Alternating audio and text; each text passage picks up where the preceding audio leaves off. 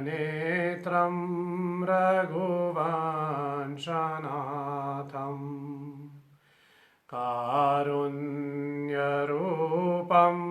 करुणाकरं त्वं श्रीरामचन्द्रं शरणं प्रपद्ये। मनोजवं मारुततुल्यवेगं जितेन्द्रियं बुद्धिमतां वरिष्ठं वातात्मजं वा नरयूथमुख्यं श्रीरामदूतं शरणं प्रपद्ये। श्री श्री सीतारामचंद्राय नमः। श्री गुरुभ्यो नमः।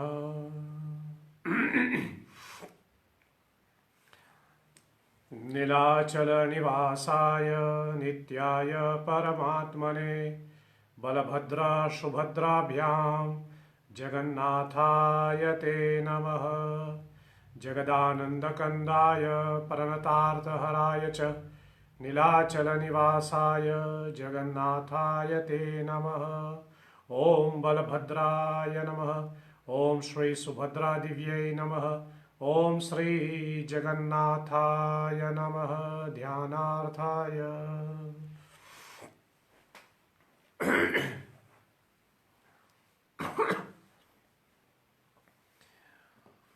आधुनिकीकरण के सदुपयोग के माध्यम से इस श्री राम कथा की 8वीं रात्रि में आप पुनः मेरे साथ जुड़े हुए हैं। इसके लिए आप सबों को धन्यवाद। आप सबों का स्वागत करता हूं। आप सबों को नमन प्रणाम। जय श्री हरि।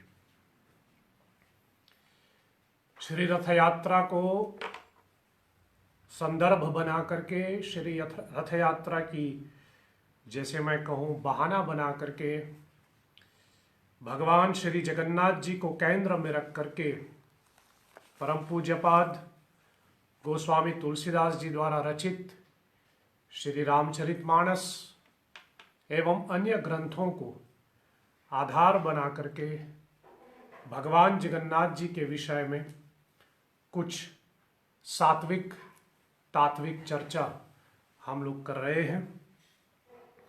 गुरु कृपा से यथा समझ यथा समय जो कुछ मेरे से बन पाए भगवान श्री जगन्नाथ जी के विषय में हम आपके सामने रख रहे हैं, जिससे हम इन सब दर्शनों को आधार बना करके श्री जगन्नाथ जी को अथवा उनकी चरित्र एवं उनकी लीलाओं को थोड़ी बेहतर रूप से हम लोग समझ सके। कल मैंने आपको रथ यात्रा के संदर्भ में रथ यात्रा का मतलब, रथ का मतलब, ये सारी बातें थोड़ा कल मैंने आपके सामने रखे। फिर उसके बाद आज की प्रसंग जो है, जो कि यह भगवान जगन्नाथ जी की जो स्वरूप है, इनमें 3 है। सर्वप्रथम हम देखें या फिर यूँ कहे, हमारे बाबा हाथ की तरफ से जो पहला दिखता है वो है बलराम, बलदेव जिसको हम कहते बलभद्र। बीच में सुभद्रा महारानी, सुभद्रा देवी विराजमान। तब इस तरफ जो है हमारे सीधे हाथ के सामने भगवान जगन्नाथ जी विराजमान है। तो थोड़ा जगन्नाथ जी के विषय में काफ़ी कुछ चर्चाएं हुई। बस मैं विचार कर रहा था कि थोड़ा बलराम जी अथवा बलदेव जी के विषय में भी कुछ कहे और सुभद्रा महारानी के विषय में भी कुछ कहे। फिर उसके बाद मैं आपसे ये भी निवेदन करूं कि आप पूरी सत्संग तक हमारे साथ जुड़े रहे। सत्संग के थोड़ी अंत में विराम देने से पहले कल जो देवशयनी एकादशी पर रहे हैं, जो कल आषाढ़ मास की शुक्ल पक्ष की जो देवशयनी एकादशी है, उसकी महत्व, उसकी महात्म्यम और उसकी थोड़ी सी चर्चा मैं आपके सामने प्रस्तुत करूं। कल की एकादशी बहुत महत्वपूर्ण एकादशी है, बहुत स्पेशल एकादशी है, देवशयनी, जहाँ भगवान विष्णु शयन करने जाते हैं। भगवान विष्णु की शयन का समय होता है। इसकी चर्चा में थोड़ी सत्संग को विराम देने से पहले, आज के प्रसंग को विराम देने से पहले मैं आपके सामने कुछ उसके विषय में भी कुछ प्रस्तुत करूं। थोड़ा बलराम जी की हम चर्चा करें। बलराम जी अथवा बलदेव जिसको हम कहें। सर्वप्रथम मैं आश्रय लेना चाहूँगा परम पूज्यपाद गोस्वामी तुलसीदास जी की रामचरितमानस का, जहाँ तुलसीदास जी ने राम नाम की वर्णन करते हुए, गोस्वामी तुलसीदास जी ने राम नाम की चर्चा करते हुए एक पंक्ति लिखा है राम नाम महिमा में, कि जिस प्रकार यशोदा माता को बलराम और कृष्ण प्रिय है, या फिर जैसे यशोदा के लिए एक बलभद्र है, मतलब हलधर। तुलसीदास जी ने मानस में शब्द या फिर बलराम जी के संबोधन में हलधर लिखा हुआ है। बलराम जी का एक नाम ही आता है हलधर, जो हल को धारण करता। हल का मतलब जो कृषि में काम आते हैं, एग्रीकल्चर में जो प्रयोग किया जाता है।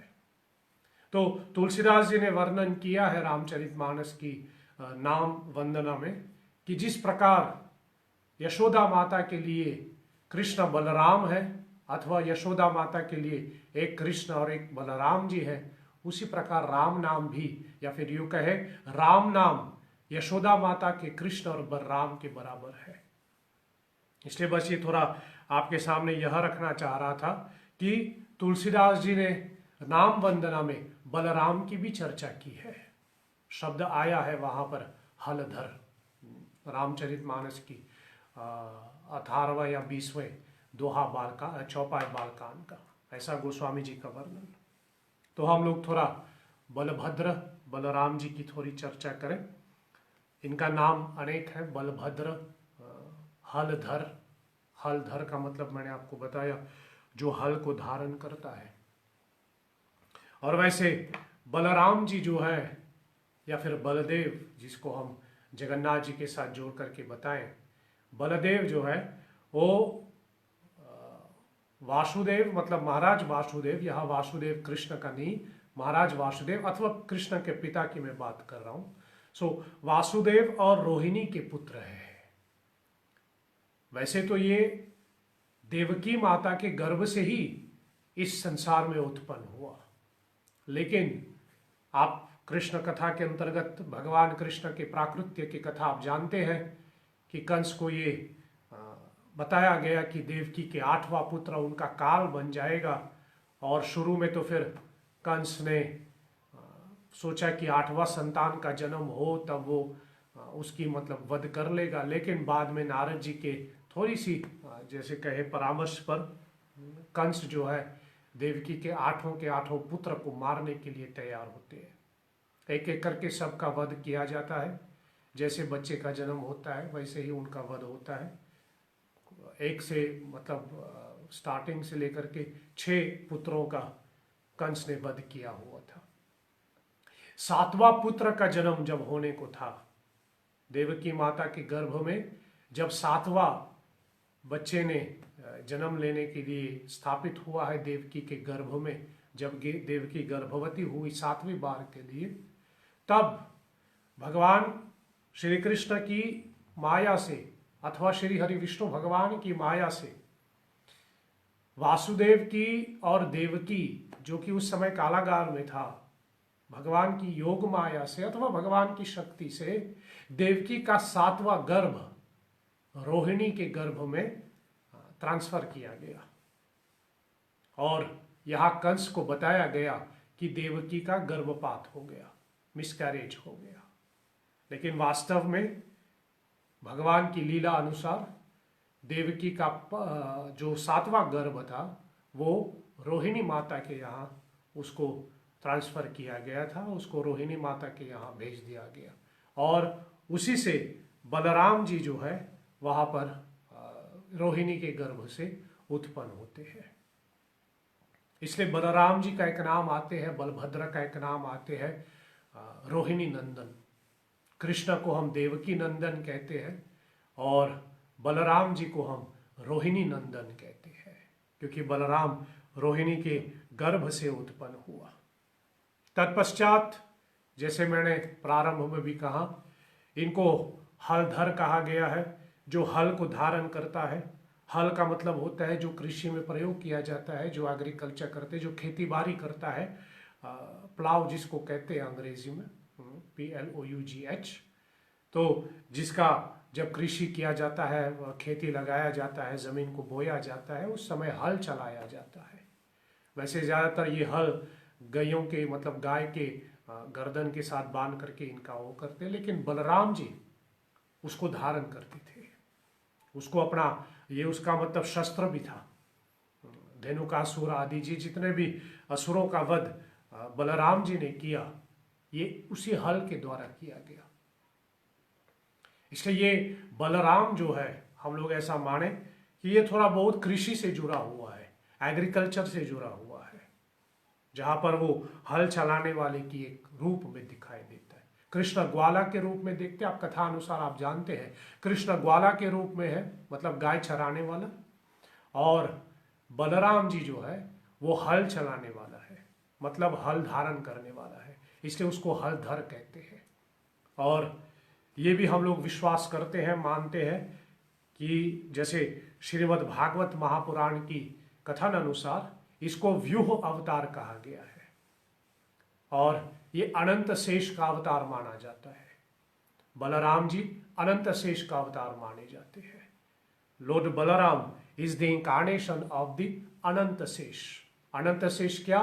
वो सर्पों का, मतलब नाग का जो शैया है, जिसके ऊपर भगवान विष्णु सदैव विराजमान होते हैं। भगवान मानसकार के आधार पे चलूं तो फिर वर्णन करूं ऐसा कि जब मनु शत्रुपा भगवान से वरदान पा लेता है कि वो उनके घर के यहाँ पुत्र के रूप में उत्पन्न होंगे, तब मनु शत्रुपा को वरदान देते हुए भगवान श्री हरि विष्णु कहता है कि मैं राम के रूप में आपके यहाँ अवतार लूंगा। फिर उसके बाद जब रावण की अत्याचार को सहन ना कर पा करके जब धरती माता गाय का रूप लेकर के भगवान श्री हरि विष्णु के यहाँ जाते हैं और भगवान विष्णु से कहते हैं कि पहाड़ों का, नदियों का बोझ मैं उठा सकती हूँ, लेकिन रावण के अत्याचार का बोझ मुझसे उठाया नहीं जा रहा है, इसलिए हे भगवान, इसका आप कोई हल निकाल लीजिए, इसका कोई आप समाधान निकाल लीजिए। तब भगवान विष्णु धरती माता से कहते हैं कि मैंने मनु शत्रुपा को वरदान दिया हुआ था कि मैं उनके यहाँ पुत्र के रूप में उत्पन्न होंगे। अब समय आ गया कि मैं मनु शत्रुपा के यहाँ पुत्र के रूप में जन्म लूँ, प्रकट हो जाऊं। और वही मनु महाराज दशरथ बन जाते हैं और शत्रुपा कौशल्या बन जाते हैं, जिनके घर पे भगवान श्री हरि विष्णु राम के रूप में जन्म लेता है। ऐसा मानस में तुलसी लिखा, लेकिन कहने का मेरा मतलब क्या है कि उस समय तुलसीदास जी की चौपाई ऐसा बताया जाता है, गोस्वामी जी ने ऐसा वर्णन किया, अंश सहित, अंशों के साथ। भगवान कभी अकेले प्रकट नहीं होता। भगवान जब प्रकट होते हैं तो पूरे अपने अंशों के साथ प्रकट होते हैं। ठीक उसी प्रकार, जिस प्रकार कोई, हम लोग जैसे मान लें कोई VVIP कहीं पहुंच जाते हैं, आजकल तो राजा महाराजा नहीं रहा, इसलिए शायद वो समझना थोड़ा मुश्किल हो जाएगा, इसलिए फिर मैं उदाहरण लूँ। कोई VVIP किसी फंक्शन में पहुंच जाते तो वो अकेले नहीं जाते, उनकी एक पूरी सेना चले जाते, उनकी सिक्योरिटी गार्ड, उनकी सेक्रेटरी, उनकी ये, उनकी वो, सब पहले वो कोई पहले पहुंच जाते हैं थोड़ी मुआयना करने के लिए। उसी प्रकार सोचिए, ये धरती के VVIP ऐसा करता है। अब सारे जगत के नाथ जगन्नाथ जब अवतार लेता है तो ऐसा कैसे हो सकता है कि वो ऐसे ही आ जाए ना। इसलिए वो भी अंशों के साथ प्रकट होता है, वो भी अंशों के साथ उत्पन्न होता है। तो अंश सहित मैं अवतार लूंगा, ऐसा गोस्वामी जी का वर्णन मानसकार में आता है। इसे जब भगवान अवतार लेता है तो अपने अंशों के साथ आते हैं। लक्ष्मी माता सीता जी बन गया, लक्ष्मी माता रुक्मिणी बन गया, मतलब रुक्मिणी जी के रूप में उत्पन्न हुए।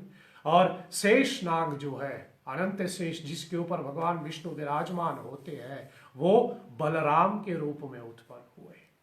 इसलिए बलराम जो है वह अनंत शेष का स्वरूप, भगवान बलराम जो है वो अनंत शेष का अवतार माना जाता है। और फिर कथन अनुसार ये बलराम जी हैं जो लक्ष्मण जी के रूप में भी आते हैं, या फिर यूं कहे अनंत शेष भगवान की दो अवतारों को हम ज्यादा मानते हैं, ज्यादा जानते हैं, एक लक्ष्मण जी के रूप में और एक बलराम जी के रूप में। वैसे दोनों में काफी सामान्यता जोड़े गए हैं। ऐसा माना जाता है कि वरदान जब सीता जी के पुनः बहिष्कार किया गया था राजा राम के द्वारा, तो उस समय लक्ष्मण जी को लगता है कि यह राजा राम ने सही नहीं किया। किसी एक व्यक्ति के कहने पर सीता जी का पुनः बहिष्कार करना, पुनः सीता जी को वन भेज देना लक्ष्मण जी को कतई मंजूर नहीं था। और लक्ष्मण जी इस बात से सहमत नहीं था कि ऐसा करना चाहिए था। तब उस समय लक्ष्मण जी ने इस बात को अपने मन में रख दिया। फिर ऐसा कथन आ जाते हैं, थोड़ी बहुत कथा हम लोग ऐसा सुनाते हैं कि जब भगवान स्वधाम चले जा रहे थे, जब कृष्ण जो है वापस अपने धाम, रामचंद्र जी की लीला पूरा होकर के जब भगवान वैकुंठ जा रहा था, सबको कुछ ना कुछ वरदान दे के जा रहा था, तो उस समय लक्ष्मण जी से पूछा कि आपको क्या चाहिए होगा।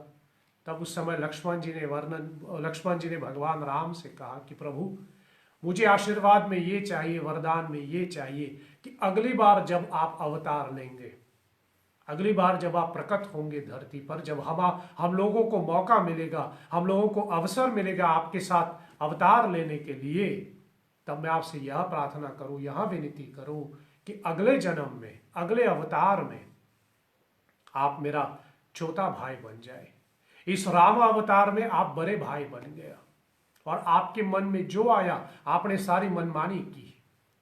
आपके मन में जो भी बात आई आपने पूरी मनमानी की, और बड़े भाई होने के नाते आपको टोक नहीं पाया, बड़े भाई होने के नाते आपसे कुछ कहे नहीं हम। आप तो बड़े हैं, बड़े भाई की बात मान लेना चाहिए, इसलिए आप जो कहे हमने मान लिया। लेकिन ऐसा मेरी एक इच्छा है, लक्ष्मण जी कहता है कि अगले जन्म, अगले अवतार में मैं बड़ा भाई बन जाऊं और आप छोटे भाई बन जाए। रामचंद्र जी मुस्कुरा करके फिर तथास्तु कर देता है और लक्ष्मण जी को वरदान देते हैं कि अगले अवतार में आप मेरे बड़े भाई बन जाएंगे और मैं आपका छोटा भाई बन जाऊंगा। तभी रामावतार के बाद जो कृष्ण अवतार हुई, तब कृष्ण जो है वो चौथा भाई बन गया, मतलब अनुज, और लक्ष्मण जी बलराम के रूप में कृष्ण के बड़े भाई बन गया। लेकिन उसमें भी एक प्रसंग आ जाते हैं, बहुत संक्षेप में मैं कहूँ, उसमें भी एक प्रसंग आ जाते हैं। जब दुर्योधन के वध का समय था, जब महाभारत आदि संपन्न हो गया, दुर्योधन के वध का समय था, जब कृष्ण ने दुर्योधन का विरोध किया था, उस समय बलराम जी सहमत नहीं था कि दुर्योधन का विरोध करना चाहिए, और थोड़ा दुर्योधन से वो थोड़ा लगाव था इनका वैसे। लेकिन कृष्ण माने नहीं, आखिर में उसने बात मनवा ही लिया। और तब बलराम जी कृष्ण से कहते हैं, मैं बड़ा भाई बनना चाहता था ताकि मैं आपको रोक सकूं, आपको कुछ करने से मना कर सकूं, थोड़ा रोक टोक कर सकूं, जैसे बड़े भाई की इच्छा है, बड़े भाई का हक है। लेकिन यहाँ तो बड़े भाई होने के नाते भी आपको कोई कुछ नहीं कहता, आप तो जगत के मालिक है, जो मर्जी में आता है आप करते हैं, कोई टोकने वाला नहीं, कोई टोक नहीं सकता, फिर बड़ा भाई होने का क्या मतलब। लेकिन कृष्ण कहता बड़े बन गए तो इसलिए फिर सम्मान तो मिलता ही है। इसलिए बलराम जी को हम दाऊ भैया कहते हैं। दाऊ भैया का एक अर्थ होता है जो बड़े हैं उम्र में, दाऊ जी का, इसको दाऊ जी कहते हैं। आज भी नंदगांव में दाऊ जी का मंदिर पड़ा हुआ है, कृष्ण बलराम जी का, गोकुल के पास नंदगांव में, बड़ी सुंदर मंदिर है। इसका भी कभी मौका मिले तो आप लोग दर्शन अवश्य कर ले।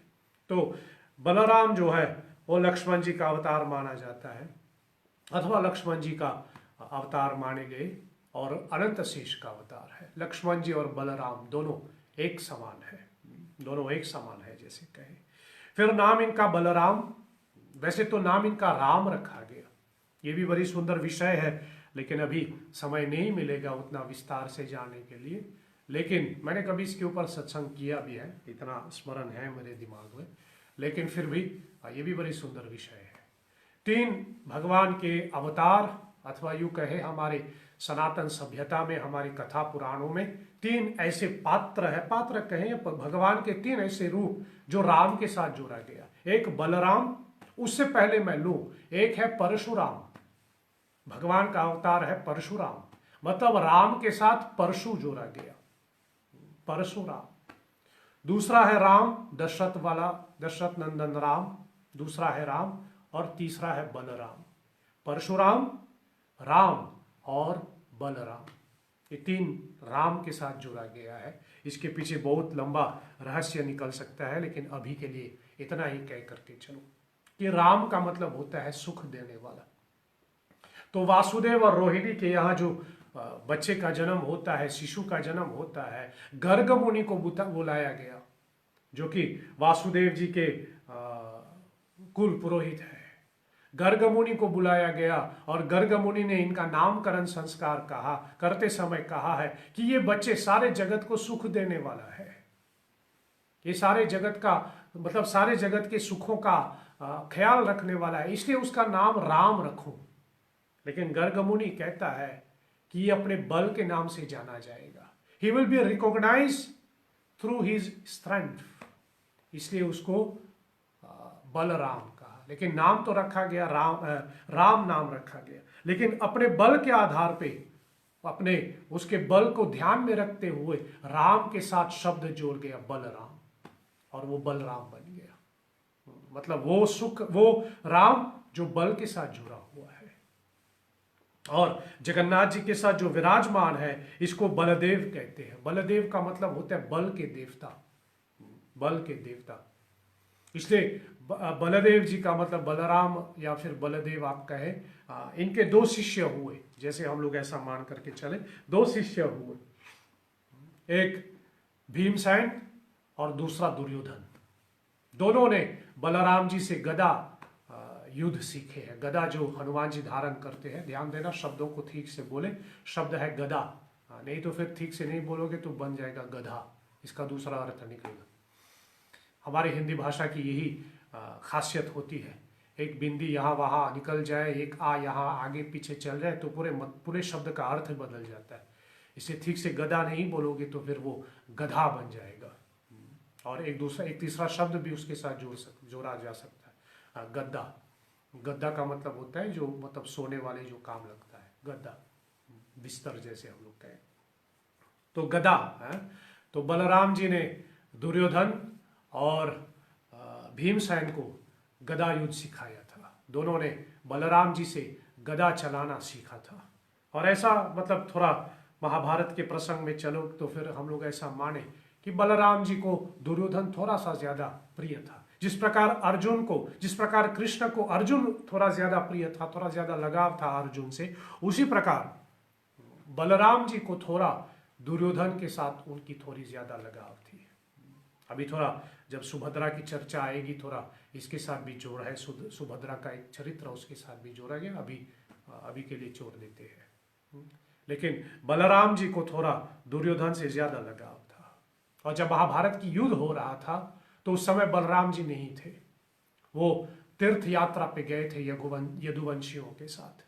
यदुवंशियों को लेकर के वह तीर्थ यात्रा पे गया, और जब वो वापस आए तो लगभग महाभारत की युद्ध लगभग समाप्त हो चुका था। तब बचा ही था कि जब मतलब अंतिम तब वहां पहुंचे कि जब दुर्योधन का वध हो रहा था, तब वो वहां पहुंचे, और पूरी महाभारत की कथा वहां कृष्ण के साथ उनका थोड़ा मतभेद शुरू हो जाते हैं। आप जानते हैं युद्ध से आरंभ होंगे, महाभारत की कथा से आप थोड़ा वाकिफ हो सकते हैं। तो युद्ध के प्रारंभ में जब युद्ध होने को था, मतलब शुरू होने को, अंतिम समय जब हो था, तो गांधारी को वरदान था कि वो जिस किसी को भी देख लें तो उनकी पूरे शरीर जो है वो व्रज के समान हो जाएगा, उसको कोई नहीं मार सकेगा। तो उसने दुर्योधन से कहा, ये बड़ी सुंदर प्रसंग है महाभारत की, कि दुर्योधन से कहा कि तू नहा करके मेरे सामने आ जाओ और मैं तुझे देख लूं तो तेरा शरीर को कोई नहीं मार पाएगा। लेकिन बीच पे कृष्ण जी थोड़ा दुर्योधन को बताते, थोड़ा दुर्योधन के मन में एक शंका उत्पन्न करा देते हैं कि फिर ऐसे नंगा होकर के माँ के सामने जाओगे तो फिर अच्छा नहीं लगेगा। इसलिए फिर दुर्योधन ने अपने कति भाग को ढक लिया और गांधारी के पास गए। फिर गांधारी ने जब पत्ती खोल करके दुर्योधन को देखा तो पूरे शरीर जो है मतलब सुरक्षित हो गया, सेफ हो गया, लेकिन जो कति भाग को ढका गया वो तो मतलब सुरक्षित नहीं हो पाया और गांधारी कहे भी। इसलिए बाद में जब कृष्ण आए गांधारी से मिलने के लिए तो गांधारी ने कृष्ण से कहा, बहुत छल किया अपने इस युद्ध में, बहुत छल किया। महाभारत का प्रसंग बहुत सीखने लायक है, बहुत हमको, ये हमारा इतिहास है। ये ऐसा, यद्यपि हम इसको ग्रंथ के रूप में पूछते तो है ही, लेकिन ये हमारा इतिहास है, हमारा सनातन इतिहास है और महाभारत हमारा इतिहास है। इस बात का गर्व होना चाहिए। We should feel proud of such a history, जिन्होंने मानव जाति को बहुत कुछ सिखाया है। इसलिए महाभारत का ये मतलब बहुत ऐसे रहस्यमय बात होती है।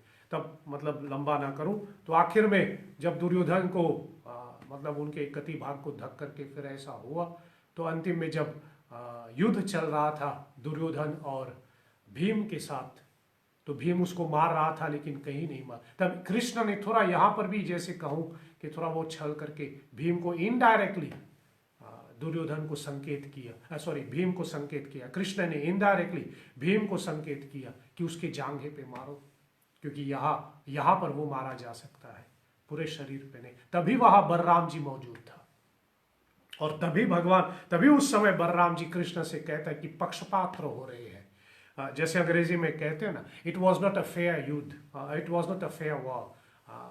तब यहाँ बलराम जी का कृष्ण के साथ थोड़ा सा, तभी बलराम जी कहते मैं बड़ा भाई हूं लेकिन फिर भी आपको कोई टोक नहीं सकता, आप तो जगत के लिए कुछ भी कर सकता है।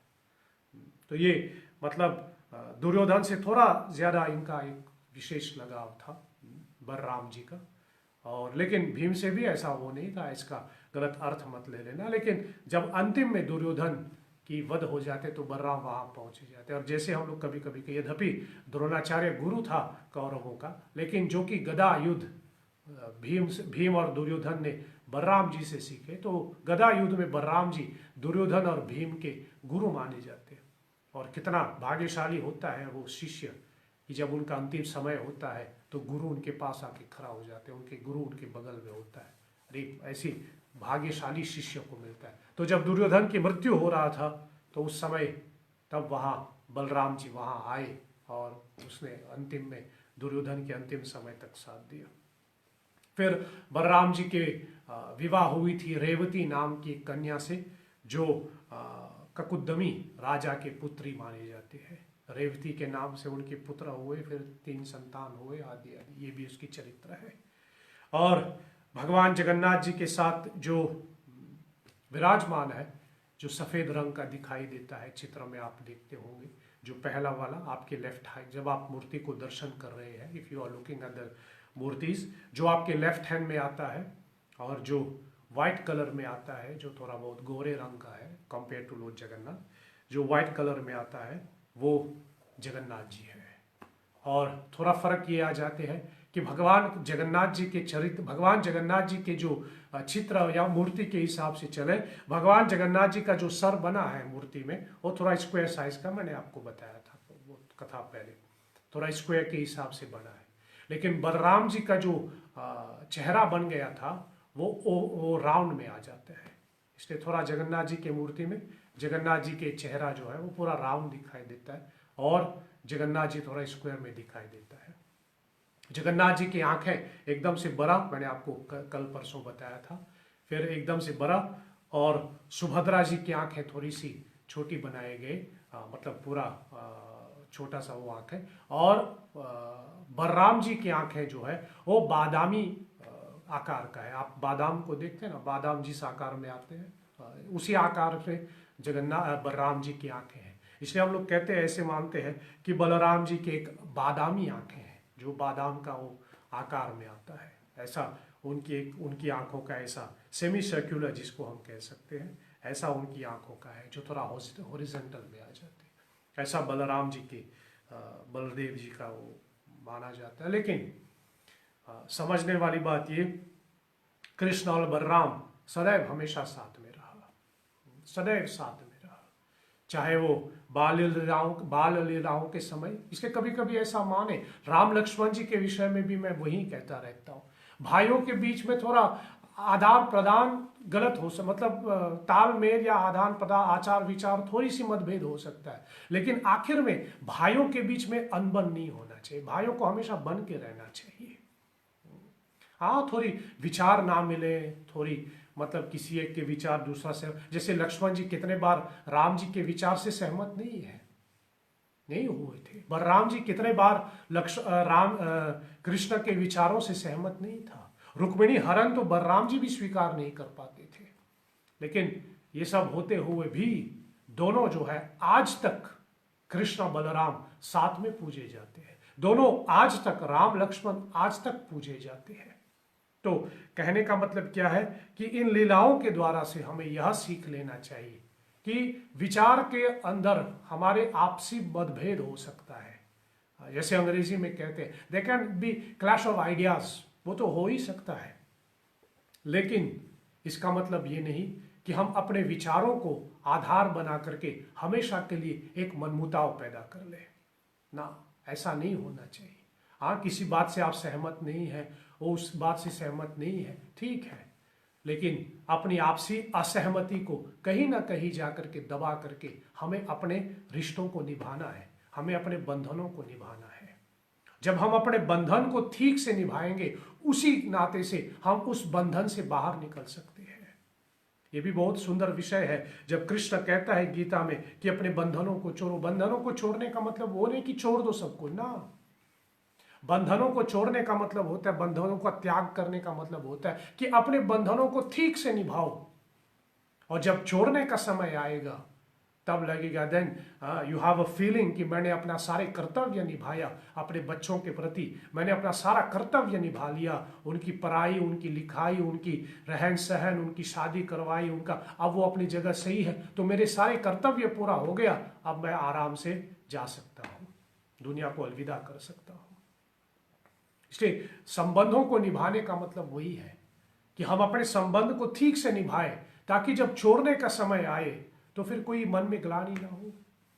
लेकिन फिर हो जाता है कभी कभी हम अपने संबंध को नहीं निभाते, अपने संबंधों को हम महत्व नहीं देते, अपने रिश्तों को हम महत्व नहीं देते, फिर अंतिम समय में आएगा, फिर पता चला मेरे भाई था, कभी उसका शक्ल देखा नहीं, फिर आज गुजर गया, तब जाकर के मन में थोड़ा शोक उत्पन्न हो जाते हैं। इसलिए ऐसा नहीं होना चाहिए।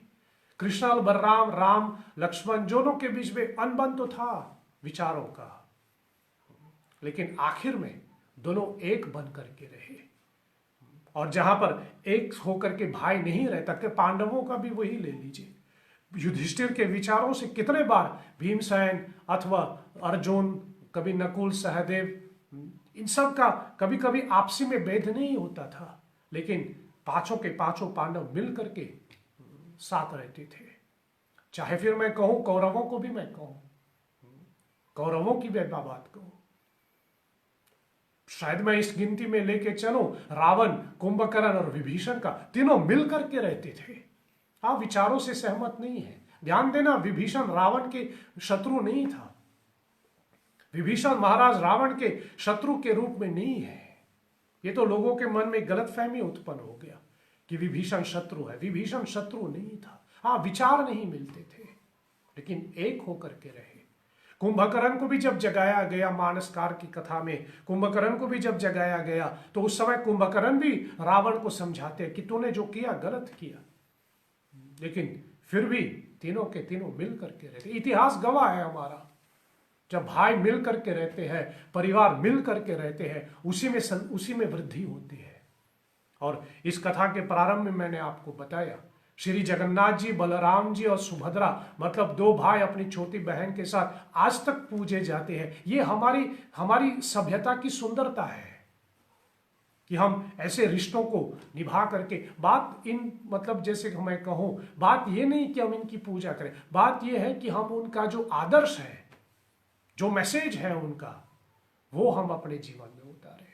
आप अपने भाई से सहमत ना हो, अपनी बहन से सहमत ना हो, लेकिन फिर भी आखिर में समझना चाहिए कि हम लोग एक बंधन से बंधे हुए हैं।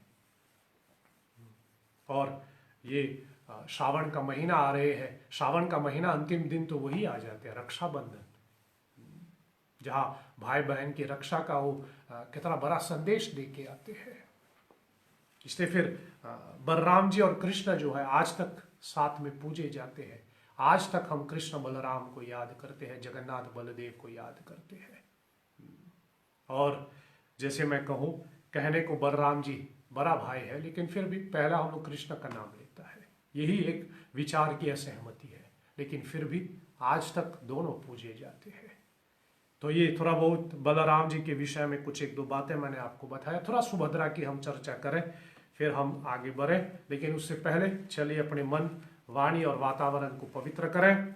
गोस्वामी तुलसीदास जी की रामचरितमानस की बालकांड की 118वें दोहे का हम लोग थोड़ा पाठ कर लें, फिर मैं आपको सुभद्रा के विषय में कुछ एक दो बातें बताऊं।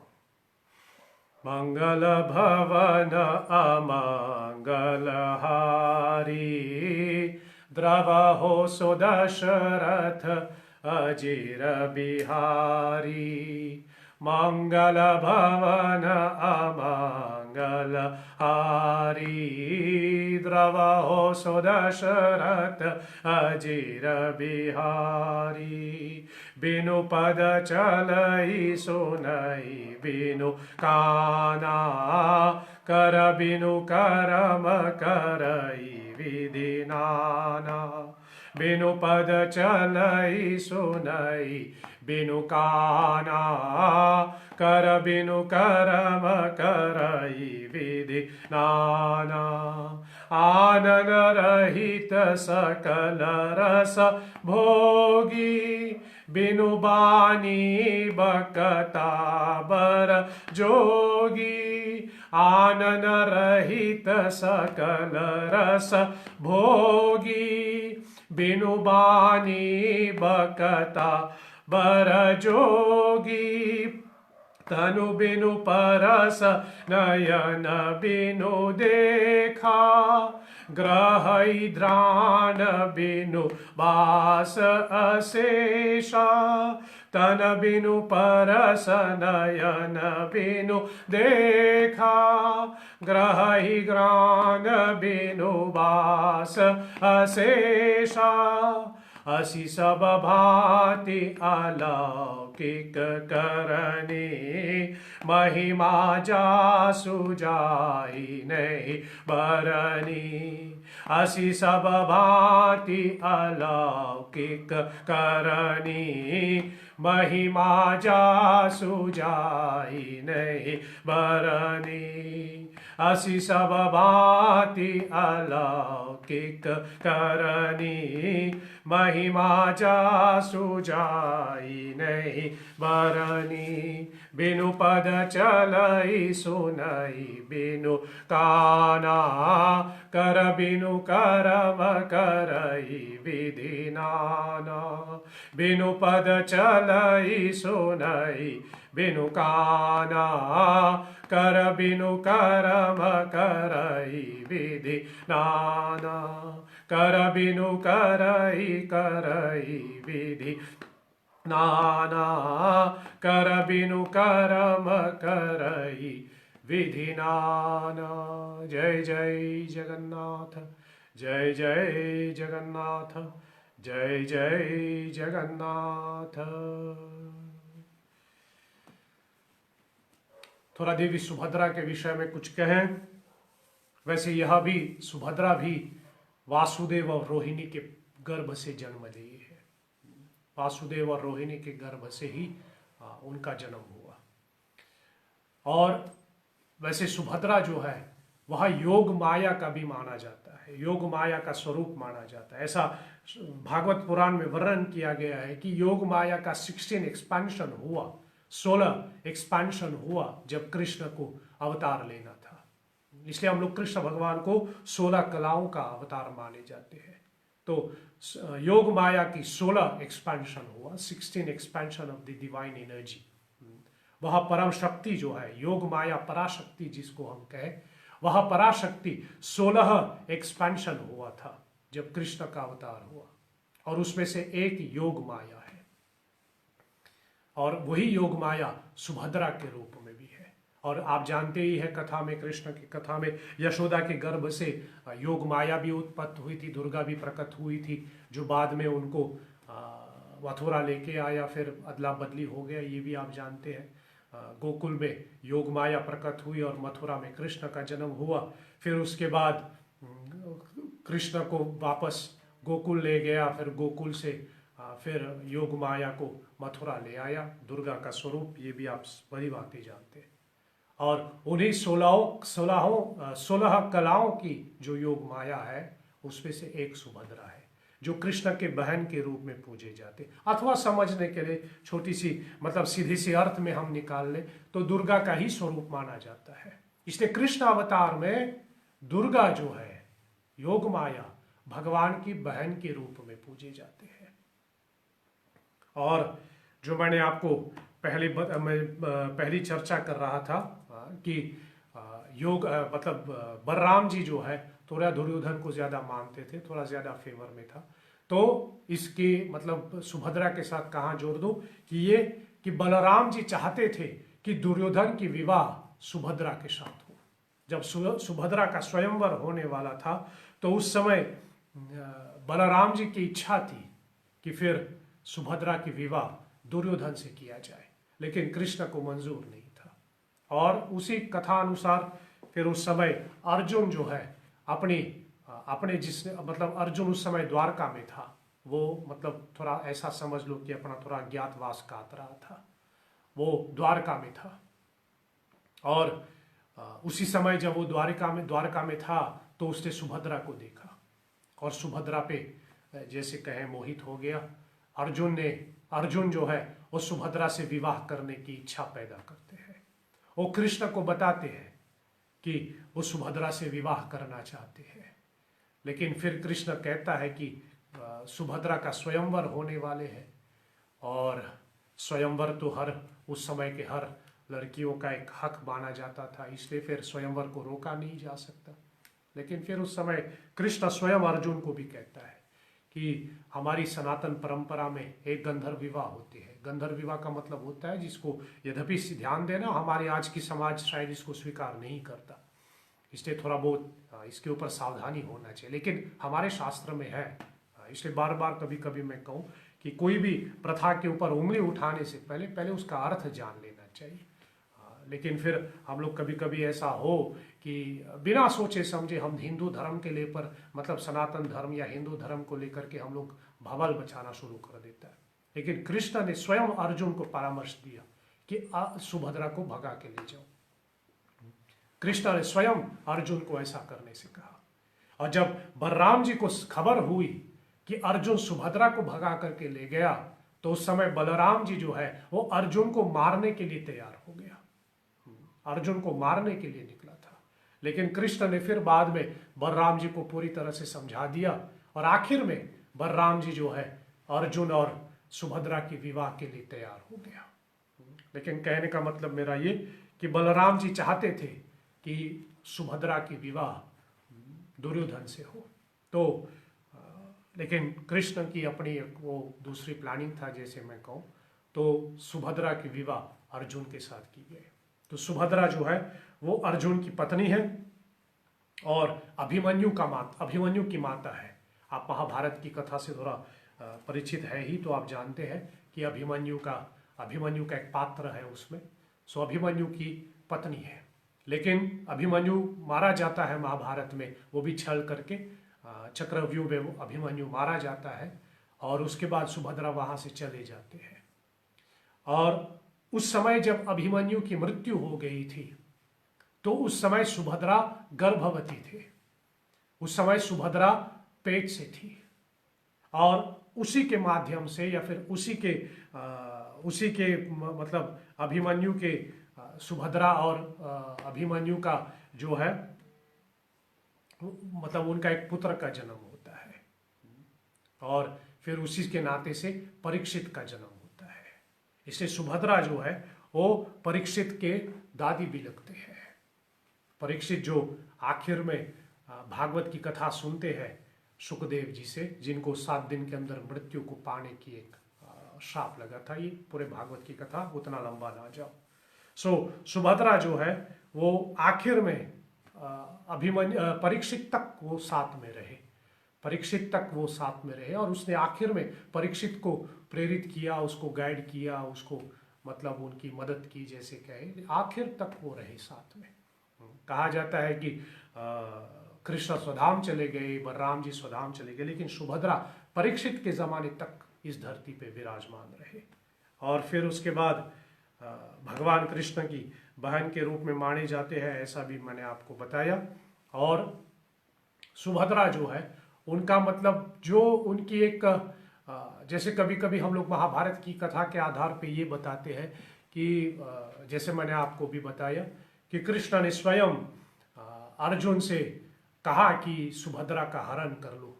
लेकिन ध्यान देना, मतलब थोड़ा कभी इसलिए मैं शुरू में ये कह रहा था कि थोड़ा अपने शास्त्रों को ठीक से समझना चाहिए। ऐसा ना हो कि बेवजह हम लोग उंगली उठाएं। कभी कभी हम लोग कथा के आधार पे कहे तो फिर हम लोग ऐसा कहें, राम स्वयं सीता हरण के विरुद्ध कर रहे हैं, राम स्वयं सीता हरण के कारण रावण से वैर कर लेता है, राम स्वयं सीता हरण के आधार पे रावण के साथ युद्ध कर रहे थे। मतलब कहने का मतलब मेरा ये कि रामचंद्र जी स्वयं सीता हरण के विरुद्ध है, लेकिन वही राम कृष्ण अवतार में अर्जुन से कहता है कि सुभद्रा का हरण कर लो, और वही कृष्ण रुक्मिणी का भी हरण कर लेता है। इसलिए शास्त्रों को ठीक से उसकी संदर्भ से समझना चाहिए, नहीं तो फिर हम लोग शास्त्र के आधार पे कहे कि कृष्ण ने रुक्मिणी का हरण किया, कृष्ण ने सुभद्रा का हरण करवाया, मतलब अर्जुन से कहा कि सुभद्रा का हरण कर ले तो हम भी कर लें। ऐसा ठीक से संदर्भ लेना चाहिए। We should understand the scriptures in which context, in which situation that has been laid down. इसे सब चीज शास्त्र में जो दिया गया है हम सब चीज का पालन कर सके ऐसा बिल्कुल नहीं है। कुछ कुछ होता है, कुछ ऐसे शास्त्र का कुछ ऐसे सिद्धांत होता है जो हमारे परिस्थिति में हम लोग लागू नहीं कर सकते हैं। तो कहीं पर बहुत से कथाकार हुए, बहुत से ऐसे फिलोसफर हुई जिन्होंने सुभद्रा के विषय में यह भी चर्चा की कि अर्जुन ने उसका हरण कर लिया था, अब उसमें कहीं सुभद्रा की सहमति है कि नहीं है इसकी कोई ऐसी जानकारी नहीं है। हाँ, जो कि कृष्ण ने परामर्श दिया तो इसको एक मतलब we try to see that on a positive position, on a positive aspect. और हाँ, जो कि हम लोगों ने दुर्योधन को टैग कर लिया कि वो जैसे कहूँ कि महाभारत का विलेन है, तो हमको ऐसा महसूस होता है, या फिर ऐसा मैं कहूँ कि अगर आपके बस में होता तो सुभद्रा के विवाह दुर्योधन से होना चाहिए कि अर्जुन से होना चाहिए, जो कि दुर्योधन का एक निगेटिवनेस हमारे दिमाग में बैठ गया। इसलिए स्वाभाविक है सब कहे कि अच्छा है अर्जुन के साथ हो, लेकिन परिस्थिति को ठीक से समझना चाहिए। इसके ऊपर बहुत लंबा डिबेट होता है, कभी कभी शास्त्रार्थ होता है कि अर्जुन का सुभद्रा का हरण करना आदि आदि प्रसंग है। लेकिन अभी जगन्नाथ जी के साथ महाभारत की कथा नहीं सुना रहा हूँ, मैं आपको भगवान जगन्नाथ जी की चरित्र सुना रहा हूँ, इसलिए फिर ये वाला पहलू अभी के लिए छोड़ दें, फिर कभी महाभारत के ऊपर थोड़ा हम लोग चर्चा कर सकते हैं। तो सुभद्रा जो है वो अपनी चौथी बहन के रूप में, कृष्ण की अपनी चौथी बहन के रूप में योग माया का अवतार माने जाते हैं। जहाँ बलराम जी अनंत शेष का अवतार है, वहीं पर सुभद्रा जो है वो योग माया का अवतार है। और दोनों जो है भगवान कृष्ण के साथ, जगन्नाथ जी के साथ विराजमान है, और उन तीनों को हम साथ में पूजते हैं। ज़्यादा सुभद्रा के चरित्र में ज़्यादा और विस्तार से कहने की कोई ऐसी है नहीं जो इस रूप के साथ जोड़ दे, इसलिए फिर मैं इसको यही विराम देता हूँ। चलिए जगन्नाथ अष्टकम की 7वां श्लोक की थोड़ी मैं चर्चा करूँ, फिर मैं आपको देवशयनी एकादशी के विषय में कुछ बातें बताऊंगा और आज की सत्संग को विराम दूंगा। वैसे भी समय थोड़ा ज़्यादा जा रहे हैं। हम पहुंचे हैं जगन्नाथ अष्टकम के 7वें श्लोक का। आपके पास जगन्नाथ अष्टकम की है पुस्तक तो आप उसमें देख लीजिए। 7वां श्लोक कहता है, न वै प्रार्थर्यं राज्यं न च कनकताम्भोग विभवम् न याचेऽहं रम्यां निखिल जनकाभ्यां वरवधूं सदा काले काले प्रमथपतिना गीतचरितो जगन्नाथ स्वामी नयन पथगामी भवतु मे। इस 7वें श्लोक में हम भगवान जगन्नाथ जी से ये कह रहे हैं, न वै प्रार्थार्थम राज्यम न कनकताम भोग विभवम। हे जगन्नाथ जी, हे भगवान, हे जगन्नाथ जी, मुझे किसी प्रकार का राज्य, मुझे किसी प्रकार का धन नहीं चाहिए। न वै अर्थव्यम राज्य, अर्थ का मतलब होता है धन। मुझे धन नहीं चाहिए। राज्यम, मुझे ना राज्य चाहिए, कोई राजपाठ नहीं चाहिए। न च कनकताम भोग विभवम, न मुझे सोने चांदी कुछ नहीं चाहिए। ऐश्वर्य, ये सब ऐश्वर्य नहीं, ये सब धन समृद्धि जिसको हम कहते हैं, समृद्धि नहीं, धन जिसको हम कहते हैं। इस श्लोक में हम भगवान जगन्नाथ जी से कह रहे हैं कि हे Jagannath ji, I do not pray for all this. मुझे ये सब चीजें नहीं चाहिए। ना राजपाठ चाहिए, ना सोना चांदी, ना पैसा, ना कुछ नहीं चाहिए। ना चाहिए हम रम्यम निखिल जनकाभ्याम वरवधूम, ना मुझे कोई ऐसी सुंदर पत्नी की कामना हो, ना ही ऐसा कोई सुंदर पति की कामना हो। ना चाहिए हम रम्यम निखिल जनकाभ्याम वरवधूम। और इसमें हम जगन्नाथ जी से कह रहे हैं, सामान्य जन हमेशा यही सब मांगते हैं, इसलिए बार बार मैं निवेदन करता हूं, भगवान ने मांगने का अधिकार तो दिया है। We have the full right to ask from God. मैं तो ये भी मानता हूं, मैंने 2-3 बार कथाओं में भी बोला, अपने बाप से नहीं मांगेंगे तो हम किससे मांगेंगे? ये तो दुर्भाग्य है कि आजकल हम अपने बाप यानी परमात्मा को छोड़ करके अन्य के द्वार पे जाकर के मांग रहे हैं। मांगना है तो भगवान से ही मांग लो, उसने मांगने का अधिकार दिया हुआ है। लेकिन इसके साथ साथ मैं यह भी जोड़ता हूं, हमें जानना चाहिए कि हम क्या मांग रहे हैं।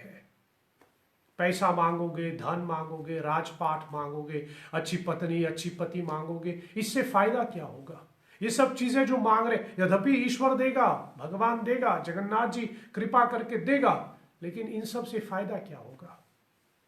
इसलिए कभी कभी जानना चाहिए कि हम भगवान से क्या मांग रहे हैं, कौन से वरदान हम मांग रहे हैं। नहीं तो फिर कभी कभी देखते हैं कि लोग बहुत तपस्या करते हैं, व्रत आदि करते हैं, बहुत से मेहनत करते हैं, और अपने पूजा पाठ, अपने व्रत के फल में जैसे कहे भगवान से कहते हैं कि मुझे ये दो, मुझे पैसा दो, मुझे वो दे, मुझे वो दे, तो इससे क्या फायदा? इससे यहां इस श्लोक में भगवान जगन्नाथ जी से कह रहे हैं कि ना अर्थ चाहिए, ना राजपाठ चाहिए, ना सोना चांदी, ना पैसा, ना अच्छी पत्नी, ना अच्छे पति, कुछ नहीं चाहिए। सदा काले काले प्रमथ पति नाम गीत चरितो। मेरा बस यही एक इच्छा है, my only prayer is that, कि भगवान जगन्नाथ जी सदा काले काले प्रमथ पति ना गीत चरितो। मेरा बस यही एक इच्छा है कि भगवान जगन्नाथ जिसकी नाम का वर्णन, whose glories are always sung by, सदा काले काले। यहां काले काले का मतलब होता है, एक काल का मतलब होता है हमेशा।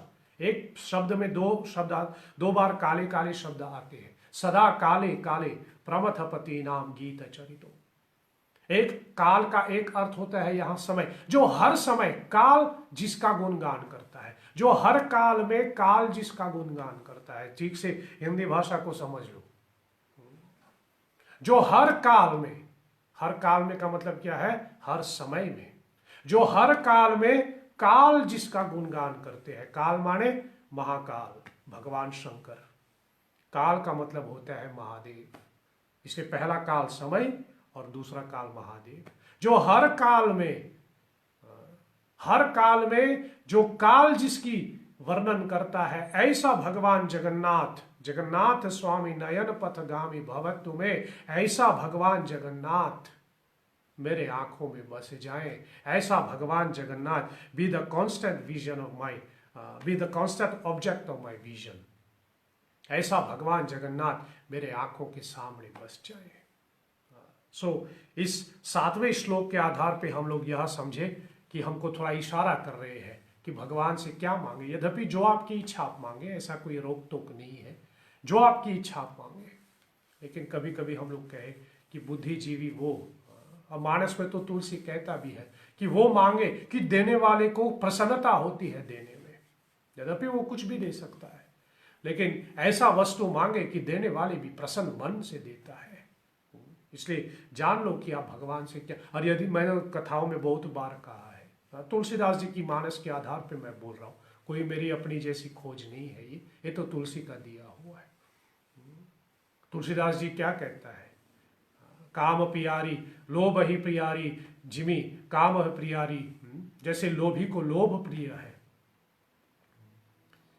और आखिर में तुलसी क्या कहता है, प्रिय लागहु मोहि राम, बस यही वरदान मांगे, वार वार वर मांगहु हर्षु देहु श्रीरंग, पद सरोज अणपायणी भक्ति सदा सतसंग। इसलिए हरदम सत्संग का मांग करते हैं। तुलसीदास जी कहता है कि भगवान से यदि कुछ मांगना है तो ऐसा मांगो कि हरदम आपके सत्संग हमको मिलता रहे, हरदम हमको ऐसा मौका मिले कि हम आपकी कुछ कथा गा सके, कुछ कथा सुन सके। लेकिन फिर भी मैं फिर वही कहूँ, आपकी पूरी छूट, जो आपको मांगना है आप बेशक मांगिए, लेकिन इतना मैं शायद जोर दूं कि केवल अपने बाप से मांगे, केवल हम परमात्मा से मांगे, इनको छोड़ करके किसी के दरस पे जा करके ऐसा ना करें। जैसे कभी कभी गुरुदेव कहा करते थे, अगर आपके बच्चे जो है आपके यहाँ छोड़ करके दूसरों के यहाँ खाने के लिए मांगने जाते हैं तो कैसा लगेगा आपको? बच्चे आपका है लेकिन फिर भी दूसरे के यहाँ जा करके वो खाने के लिए मांग रहे हैं, ऐसा आपको अच्छा नहीं लगेगा ना। उसी प्रकार हम अपने भगवान के संतान हैं और उनको छोड़ करके हम किसी और के पास जा करके कुछ मांग रहे हैं तो कैसा लगेगा उसको। इसलिए मांगो, जो आपकी इच्छा है मांगो, लेकिन सोच समझ के मांगो और केवल अपने बाप से मांगे, केवल और केवल हम अपने परमात्मा से मांगे। बाकी किसी के सामने हाथ फैलाने की हमारी ना कोई ऐसी ज़रूरत है और ना ही ऐसी कोई होना चाहिए। सो ये 7वां श्लोक, और अंत में जैसे मैंने कहा कल देवशयनी एकादशी है, एक दो शब्द इसके ऊपर कह करके फिर मैं आज की सत्संग को विराम दूं। कल देवशयनी एकादशी है, आषाढ़ मास के शुक्ल पक्ष की एकादशी तिथि, और इसको देवशयनी इसलिए कहते हैं क्योंकि भगवान विष्णु शयन करने जाते हैं। शयन का मतलब होता है टू स्लीप, भगवान विष्णु सोने के लिए जाते हैं, इसलिए इसको देवशयनी कहते हैं। और भगवान विष्णु की जो शयन का समय होता है, ऐसा मान के चलो 1 घंटा ही है वो सोता है, लेकिन उनका 1 घंटा हमारा 4 महीना है। इससे कल जो देवशयनी एकादशी है, कल से लेकर के प्रबोधिनी एकादशी तक, जो नवंबर में आता है, अक्टूबर नवंबर, कार्तिक मास की जो एकादशी पड़ता है, जिसमें ज्यादातर रात्रि जागरण होते हैं, जिसमें सभी मंदिरों में रात्रि जागरण होते हैं, जिसको देव प्रबोधिनी एकादशी कहते हैं। कल की एकादशी देवशयनी, कार्तिक मास की शुक्ल पक्ष की एकादशी को देव प्रबोधिनी कहते हैं। कल भगवान सोने जाते हैं और उनका जागरण वो फिर से उठते हैं, जैसे कहे वो देव प्रबोधिनी एकादशी के दिन, कार्तिक मास की एकादशी के दिन। तो कल भगवान सोने के लिए जाते हैं और कार्तिक मास की एकादशी तक उसकी निद्रा रहेगी, और फिर उसके बाद इस समय को जो हम कहते हैं कल से लेकर के प्रबोधिनी एकादशी तक, इस साल के लिए फिर मैं कहूँ कल जो है वो 1 जुलाई है, कल 1 जुलाई है, फिर देव प्रबोधिनी एकादशी पड़ेगा 25 नवंबर को। तो कल से लेकर के 25 नवंबर तक जो समय है, इसको हम चतुर्मास कहते हैं। 4 महीना है इसमें, एक आषाढ़ का महीना, फिर श्रावण का महीना, फिर भाद्रपद का महीना, फिर कार्तिक का महीना। ये 4 महीना इसको चतुर्मास कहते हैं। तो कल से चतुर्मास आरंभ हो रहे हैं। चतुर्मास क्या है मैंने पहले भी समझाया है। चतुर्मास क्या है? चतुर्मास है कॉन्फाइनमेंट। 4 महीने तक कॉन्फाइनमेंट में रहो, 4 महीने तक अपने घर में बंधे रहे, 4 महीने तक कोई ऐसी ज्यादा भेदभाव, यद्यपि हम लोगों ने कर लिया इस साल के लिए, लेकिन 4 चतुर्मास जो है ये हमारे शास्त्र का विधान है। हर साल ऐसा होता है कि 4 महीना दिया जाता है कि जहां पर आदमी अपनी डेली रूटीन, अपनी डेली एक्टिविटीज को कम करे। मानस के आधार पे मैं कहूं, रामचंद्र जी जब सीता जी की खोज करने निकला था, सुग्रीव जी से मिला और सुग्रीव से मिल करके वो सीता की खोज करने के लिए तैयार हो गया था, उसी में ये 4 महीना आ जाता है। और रामचंद्र जी कहता है कि चतुर्मास शुरू हो रहे हैं, इसलिए 4 महीने तक वेट करते हैं।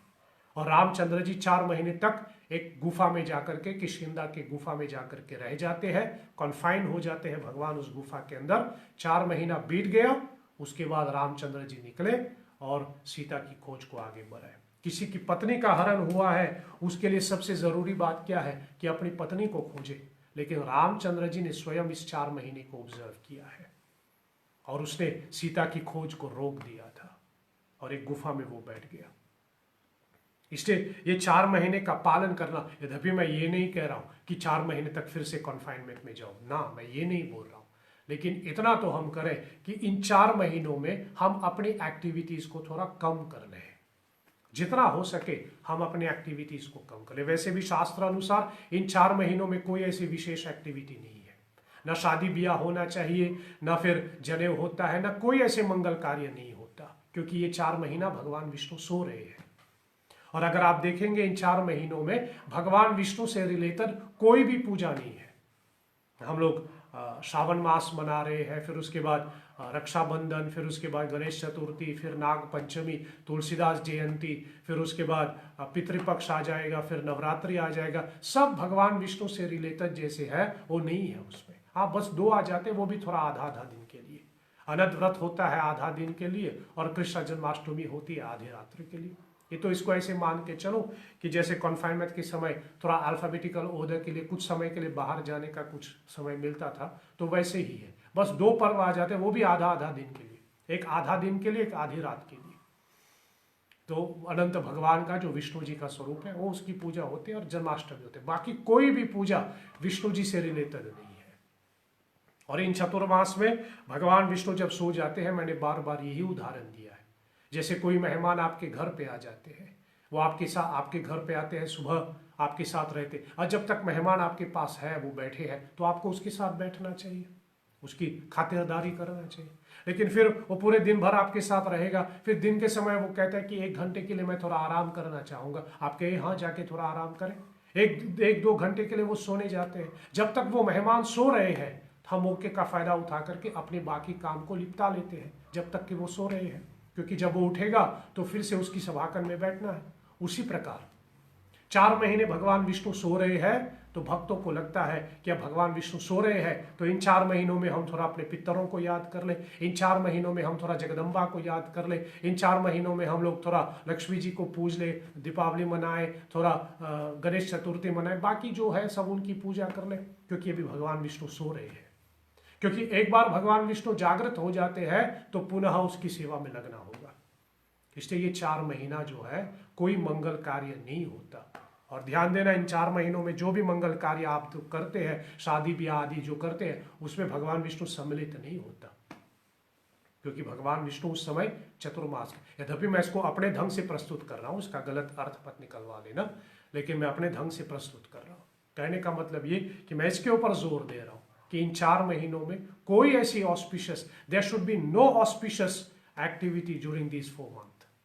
ना शादी ब्याह हो, ना जनेऊ हो, ना गृह प्रवेश हो, ना कुछ ऐसा कुछ नहीं होना चाहिए, क्योंकि ये 4 महीना भगवान विष्णु शयन कर रहे हैं।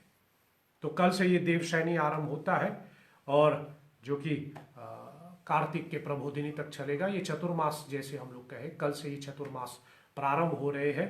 और इन 4 महीनों में वैसे शास्त्र का नियम है कि एक महीने में एक चीज को हम त्यागते हैं।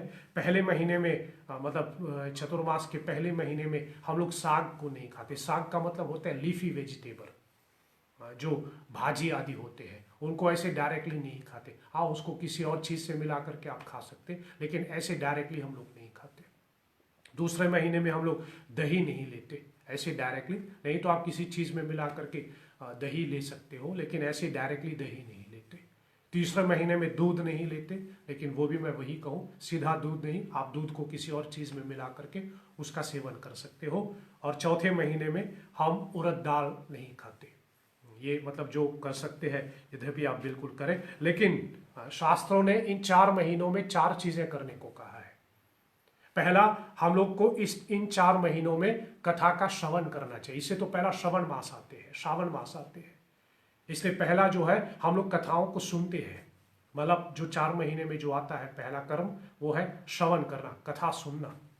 दूसरा होना चाहिए कि परोपकार, हम लोग सोशल सर्विस नहीं करते, सोशल वर्क नहीं करते, क्योंकि हमारी पूजा में, हमारी धर्म की सेवा में ही टाइम नहीं मिलता। लेकिन ये 4 महीना दिया गया है कि आप इन 4 महीनों में थोड़ा सोशल वर्क करें, इसलिए परोपकार की, जैसे हम लोग कहें, थोड़ा परोपकार का कर्म करना चाहिए। और इन 4 महीनों में कोशिश कर लेना चाहिए कि थोड़ी मौन का प्रैक्टिस करें। Try to practice silence during this 4 month. और चौथा कर्म जो दिया गया है कि इन 4 महीनों में तीर्थों की यात्रा होती है, जो शायद यद्यपि मॉरिशस के लिए थोड़ी मुश्किल हो जाएगा, लेकिन इन 4 महीनों में हम लोग तीर्थ यात्रा ज़्यादा करते हैं। तो ये चतुर्मास की जो नियम है, तो उसका मतलब ये जोड़ा गया।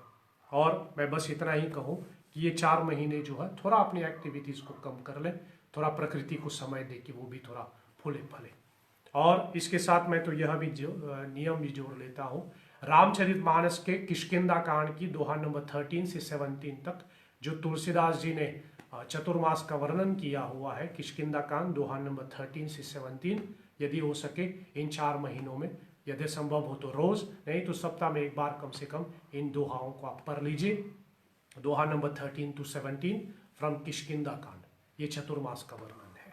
तो ये 4 महीना जो है वो कल से प्रारंभ हो रहे हैं। और अंत में इतना ही कहूँ, यद्यपि अगर आप एकादशी का व्रत नहीं कर रहे हैं, कोई बात नहीं, यथाशक्ति करें, लेकिन इतना कोशिश कर लीजिए कि कल जो है आप चावल ना खाएं और बाहर का बना हुआ भोजन ना करें, केवल अपने घर का बना हुआ खा लें और चावल इत्यादि ना खाएं तो अच्छा रहेगा।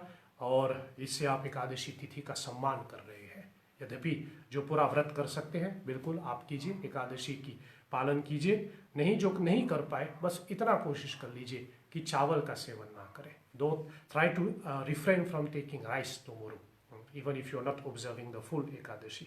सो देवशयनी एकादशी की बधाई आपको आज ही से, और भगवान विष्णु की कृपा बना रहे सभी के ऊपर। चलिए आज की प्रसंग को मैं विराम दूं।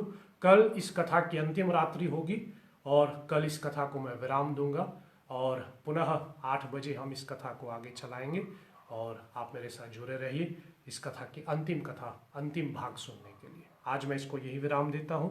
अंत में हम सब मिल करके कहें, अच्युतम केशवम राम नारायणम कृष्ण दामोदरम वासुदेवम हरिम श्रीधरम माधवम गोपिका वल्लभम श्री जानकी नायकम श्री रामचंद्रम भजे। जय जय जय हनुमान गोसाई, कृपा करो गुरुदेव की नाई। असतो मा सद्गमय तमसो मा ज्योतिर्गमय मृत्योर्मामृतम गमय। सत्यम शिवम सुंदरम। ओम शांति शांति शांति। ओम श्री श्री सीतारामचंद्रार्पणमस्तु। नमः पार्वती पते, हर हर हर महादेव शंभो। सो आज की कथा तक आप जुड़े रहे इतने समय तक, इसके लिए आप सबों को बहुत बहुत धन्यवाद। कल पुनः 8 बजे इस श्री राम कथा की अंतिम रात्रि के लिए हम लोग फिर से आपके सामने आ जाएंगे। मैं आशा करता हूँ आप पुनः मेरे साथ जुड़े रहेंगे। तब तक आप अपने और अपने परिवार का ख्याल रखें। हरि कृपा बना रहे सभी के ऊपर। आप सबों को एक बार फिर कोटि कोटि धन्यवाद। जय श्री हरि।